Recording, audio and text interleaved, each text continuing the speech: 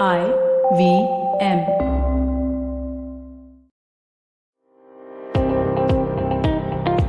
Welcome to All Things Policy, a daily podcast supported by Pragati, a flagship media initiative of the Takshashila Institution.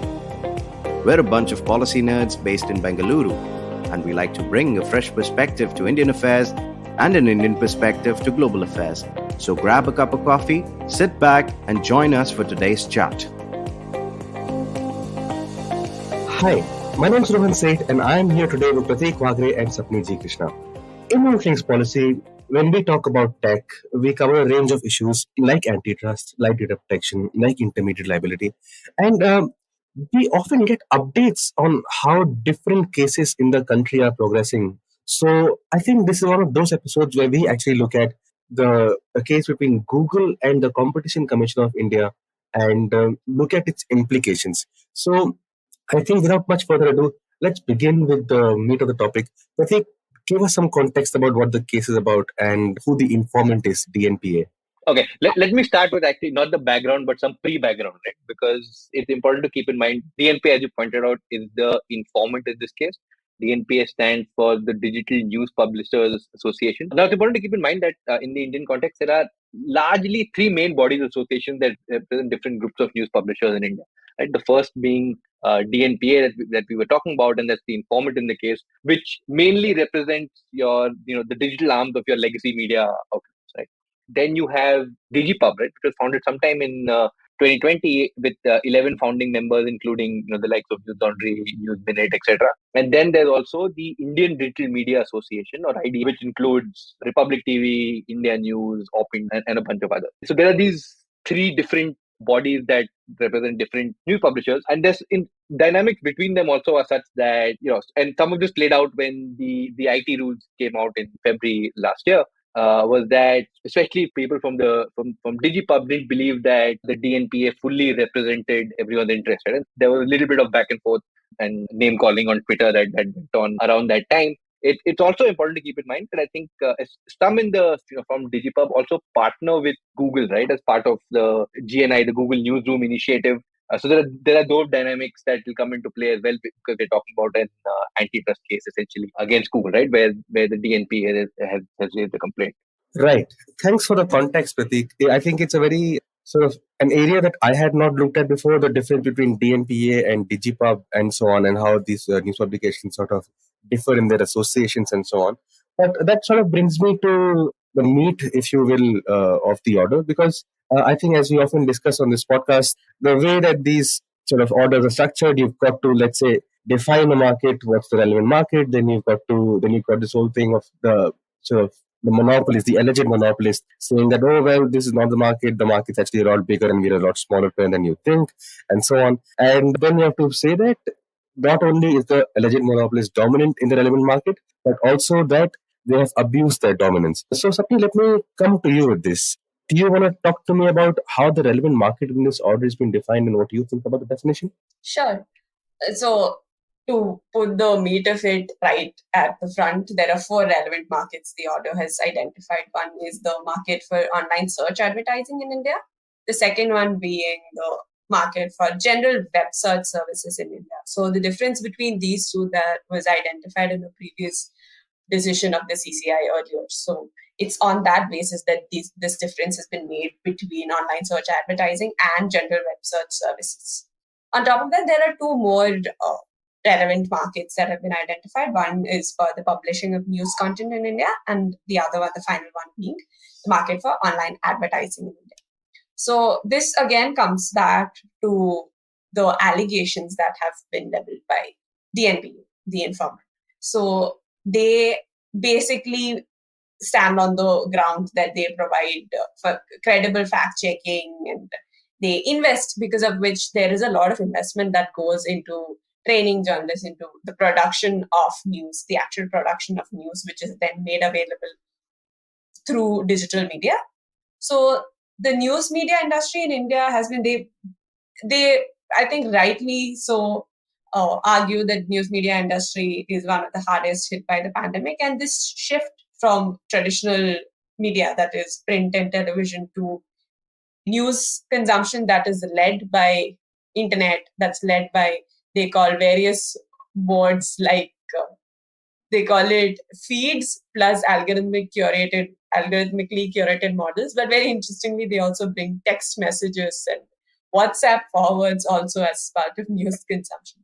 So essentially, the point they're making is that they've been very hardly hit by the pandemic, and which also, as a part of which, the acceleration to the transition from traditional media to digital media consumption of news has increased. And because of which, their business model essentially, which was, according to their claims, 2/3 of the revenue came from advertisements and 1/3 came from subscription, that has really gone down.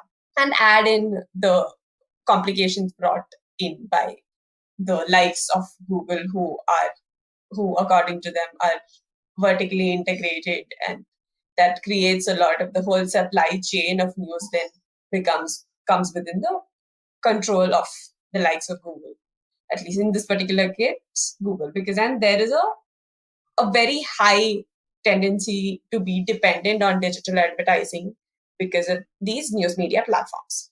So then they also talk about the referral traffic from search engines and how there is Google's dominance there that contributes immensely into the decision of whether one user picks or one news consumer picks one outlet over the other, etc. And then while the content is created by the publishers, but the search engines end up getting most of the gains from advertising. So they give a stat of almost them getting only 51% of the advertising revenue, while the rest of it goes to Google, which is like a big chunk.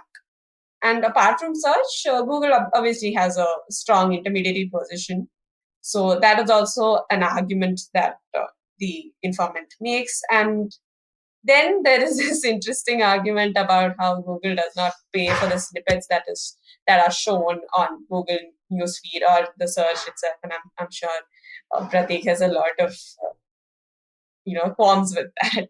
So this is generally the background of the relevant market and how the allegations have been made. Yeah, so Sapni pointed out that I have some qualms, right? And I think we'll get to them in due course of this episode. But just a couple of things, right? I want to say as we move forward with unpacking the various type of charges.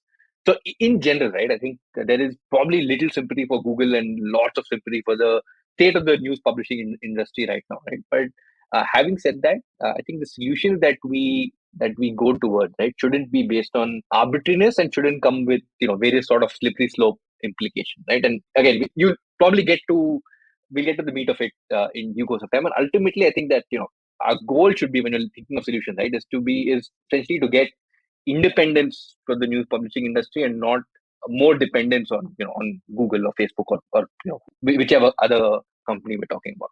But yeah, Rohan, over to you if you have any other questions. Yeah, I think that's. Thank you, Sapni, for providing the context and also for outlining Prateek's prompts with this order. If only because last night at like 12 in the morning, Prateek sent a message saying that after page 17, I have thrown away my laptop, and I think people should know this. So I think it's very exciting for me that we're getting to the comp soon. But I should point out that was a lie. I did not throw away my laptop. It's very much alive and kicking. For all those who are very invested in this story, please take note that Prateek was lying. So moving on, can we talk about, so the relevant market is done. Let's talk about the charges. So there's a bunch of stuff here. They talk about, the DNPA talks about denial of market access, leveraging. It talks about discriminatory conditions, unfair conditions.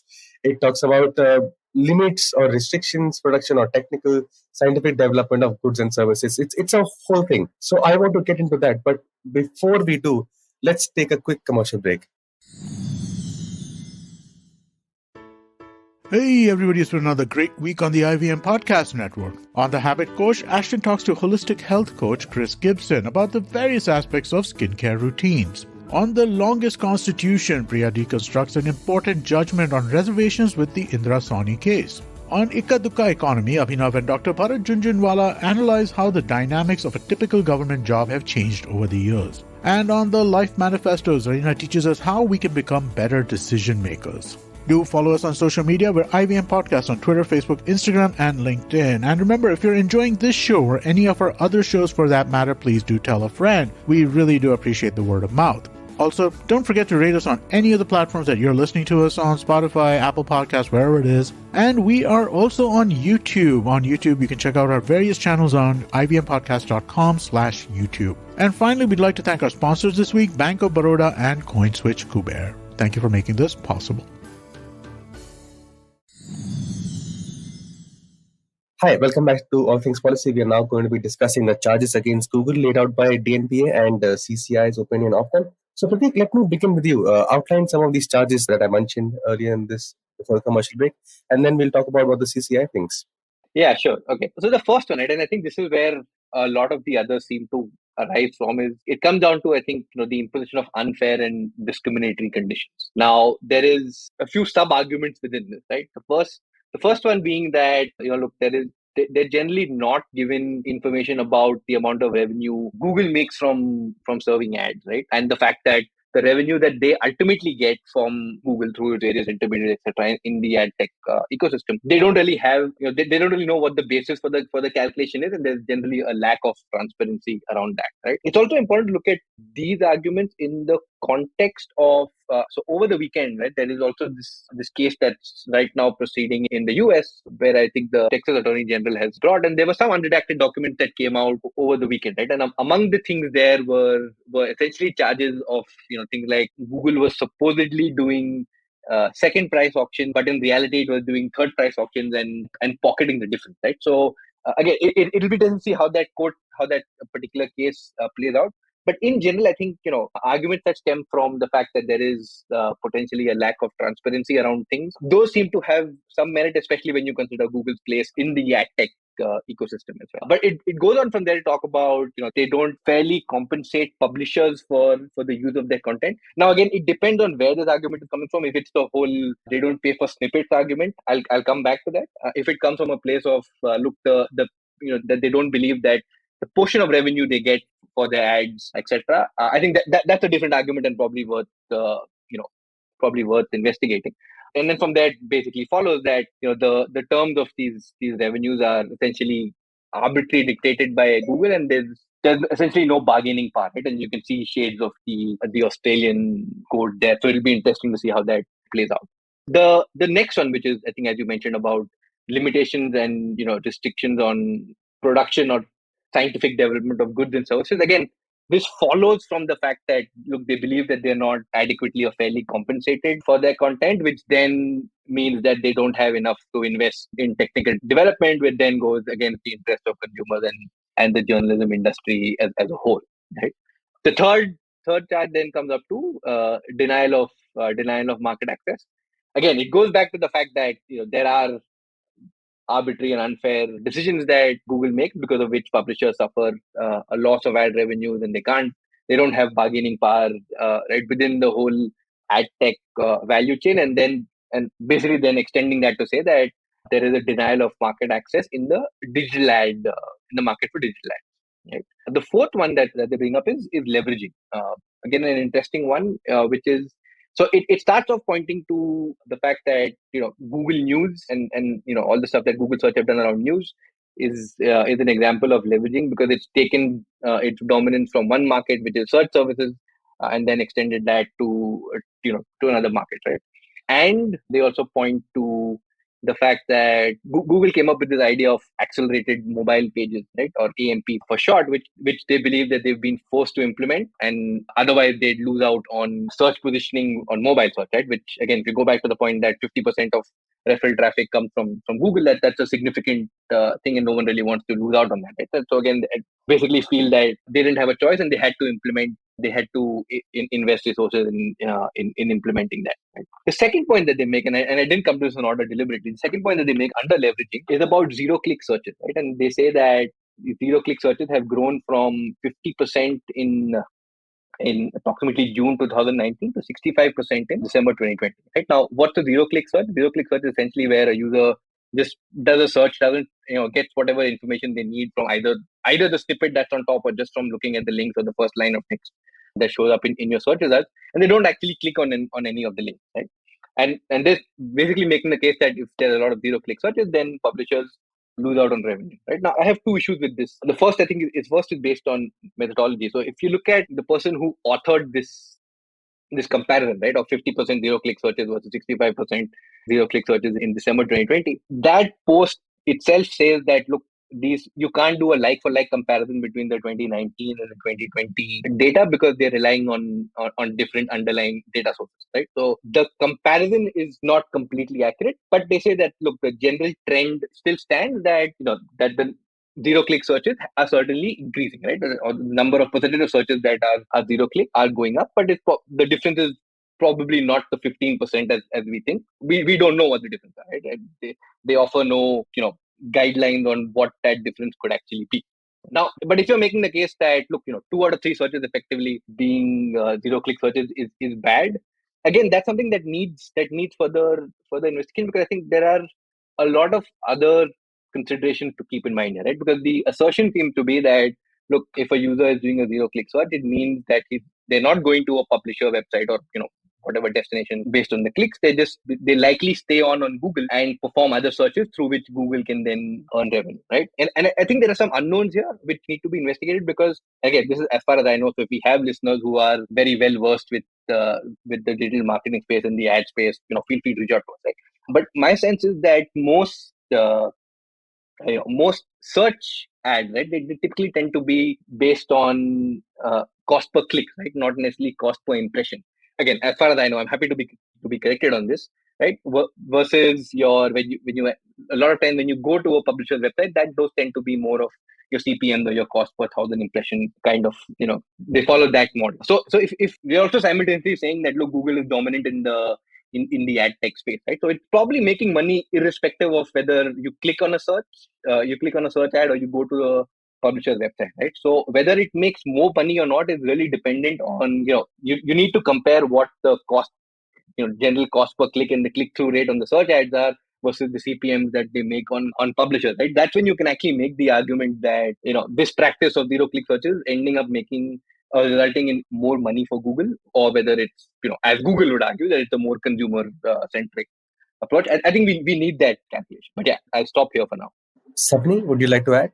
I think for me, the most interesting bit is that they delved deep into multiple things, but not deep enough into the idea that how Google created, or at least the leverage bit of it, right? How Google leveraged its dominance in one market to its dominance in the other market, to creating the entire Google News, and how its news aggregation functions. That for me, I don't think it's been given adequate attention, which for me looks like what should be the most important discussion here. Like, the ad tech industry intermediary that Google is. Hopefully that's where, when the final order is out, that's where most of the investigation will go. But I do think so. The equivalent that I think about is the Microsoft case, like the famous Microsoft case where Microsoft tried to tie in Internet Explorer along with Windows, and which was like a watershed moment for antitrust in the US, and that sort of overflowed, that sort of jurisprudence overflowed across the world. So I think, and which I think we still see that, about when even in this particular order we can see the references made to the French initiatives, the Australian the ACCC's initiatives on digital news and digital advertising, etc. So I think that should be what we must be looking out for, and that I think should be given more attention to, rather than looking at things like snippets, and those are only things that would feed into this inquiry. And if the commission ends up deciding to spend more time looking at those smaller aspects but not the larger picture of it, because obviously vertical ties according to Indian competition law jurisprudence, vertical ties are illegal to start with. So they are directly considered quote unquote prima facie. Like Prateek said, I'm so sorry that I'm using this complex legalese, but yeah. I'm actually glad we're using that, right? Because we didn't use it before you came on. Oh, there is a very interesting new word that's there in this order as well. If you want to know, it is adumbrated. Never come across it anywhere, but yes, interesting stuff on CCI orders. So coming back to the point I was trying to make about vertical ties. So vertical agreements are prima facie prohibited under Section 3(4) of the Competition Act. So that comes into play when there are two different entities, two different companies, which tie in vertically in the supply chain. But here, because it's both the different entities are at the end of the day Google, it creates that sort of effect without being so jurisprudentially, at least from the conceptual level, you have that sort of deep entrenchment of that particular player in the market, which can skew things here and there for the other stakeholders involved. So I think that's where we should look out for, and that's where hopefully the CCI is going to focus on. The DG is going to focus on their investigation. Okay, so based on what you're saying, I just want to make sure I got that correct. So you're essentially focusing on potentially the vertical ties in the ad tech ecosystem might make for a better case. Yeah, I think on the basis of the multiple allegations that have been made here, I think the most valuable of it is it's not a vertical tie because obviously it's the same company. Yeah. So the vertical entrenchment of Google in the ecosystem, that I think that for me at least that would be the most interesting and line of inquiry.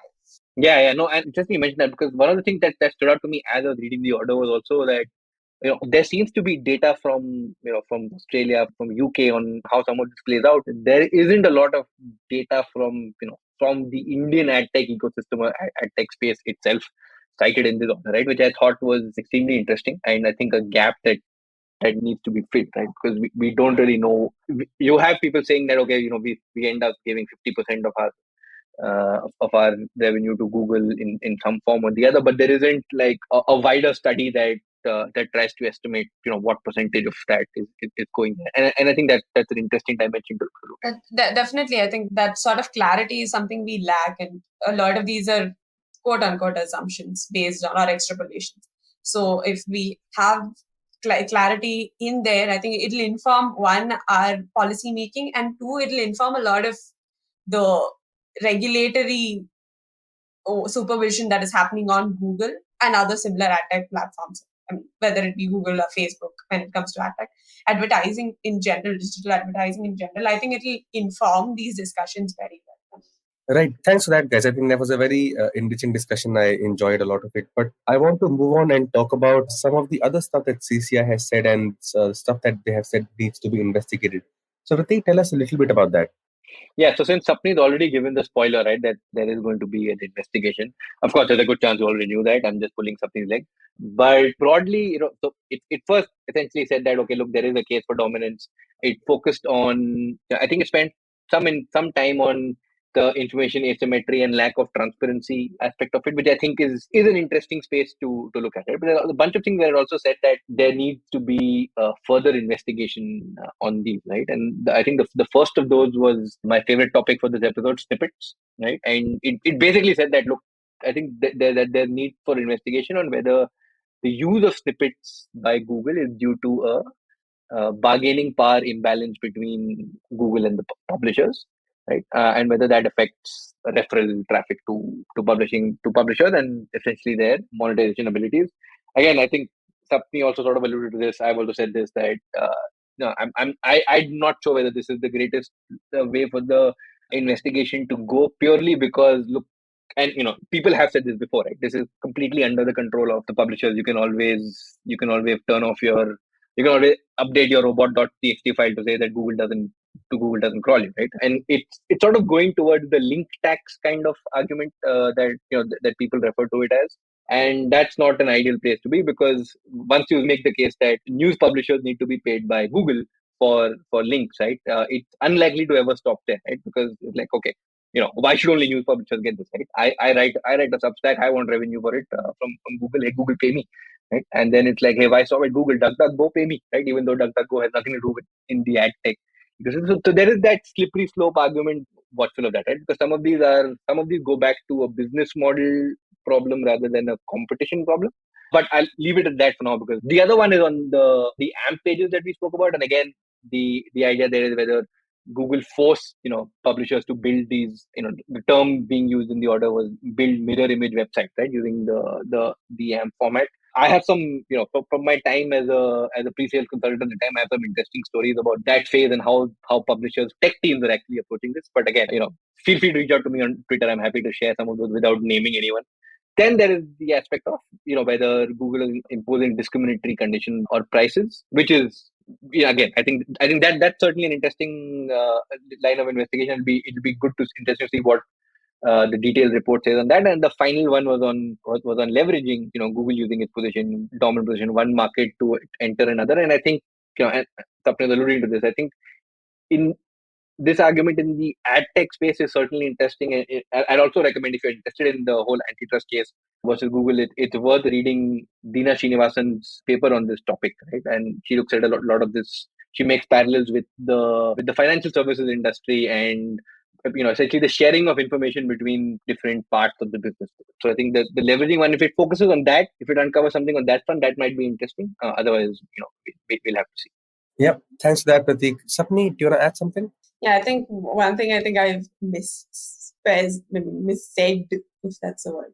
Yeah, earlier was about particular agreements being illegal per se, right? So what I meant to say was not illegal per se, but by through the investigation, if there are appreciable adverse effects on competition, which is what the Act calls it, if those are identified, then they'll be deemed anti-competitive in nature. So I think that's one correction I want to make.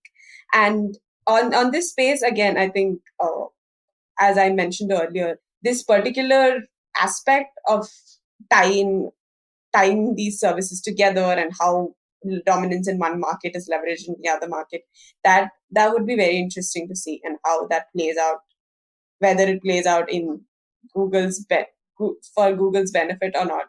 That would be interesting. And that data, once it comes out through the DG's report, hopefully, which it says it should come out in 60 days, but we know how that works.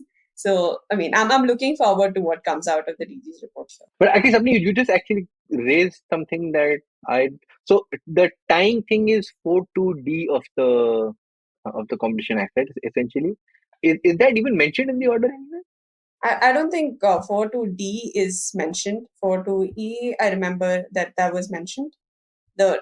Yeah, the 4.2D is basically, the idea is about this definitely, and I think that's why I wanted to clarify it, and I wanted to make that differentiation, because there are, at least in 4.2D, it talks about supplementary obligations, which comes with commercial usage, and there is no essential connection between the subject of these contracts. So, but that would be interesting in this case, because if we are not looking at it, I mean, when we look at it from a conceptual perspective, we can and not make the arguments about the connection between these two relevant markets, one of search and the other of advertising. So that, I think that is some place that should be given adequate attention as well. While we look at 2E, when we look at 4.2E, I think that should also be given adequate attention. All right, thank you. This also brings us to the end of the podcast. So thank you both, Prateek and Sapni, for talking to us about this and going with us in depth about what this order means. We'll see you in the next episode of All Things Policy. Bye-bye.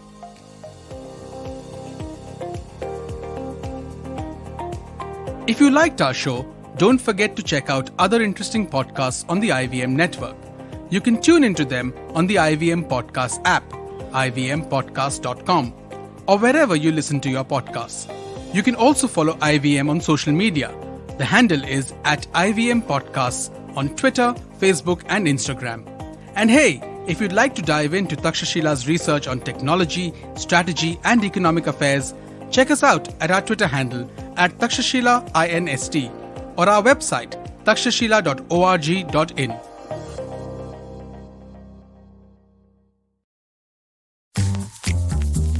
You're the people pleaser, right? Oh, yes. Or then desperately seeking the one? Or wait, you're the one who doesn't think they're ever good enough. Oh. So much drama. And for what? Is it doing you any good? Listen to me. I'm Chetna, your favorite positive action coach. Yes, I'm the one who has been dropping all those truth bombs on every episode. Oh, no. And it's time you learn to say no to drama. That's also what my podcast is called, and a new episode is out every Monday and Wednesday on the IVM Podcast app, website, as well as all major podcasting platforms. जिस तरीके से हमारे माँ बाप ने अपने career की सीढ़ियाँ चढ़ी थी, वैसे आज के जमाने में तो पॉसिबल है ही नहीं गुरु, क्योंकि हमारा जमाना इतना कॉम्प्लिकेटेड है। आज क्या नहीं है, कंपटीशन है, सोशल मीडिया है, इतना इंफॉर्मेशन ओवरलोड है कि करियर का टेंशन ज्यादा होता है, उस पर काम कम। टेंशन लेने से कोई फायदा तो है नहीं। क्या करते हैं, ठंडे दिमाग से सुनते हैं प्रोबेशन से प्रमोशन तक पॉडकास्ट को हर सोमवार, जहाँ पे सिर्फ प्रैक्टिकल बातें होती हैं आपके करियर की।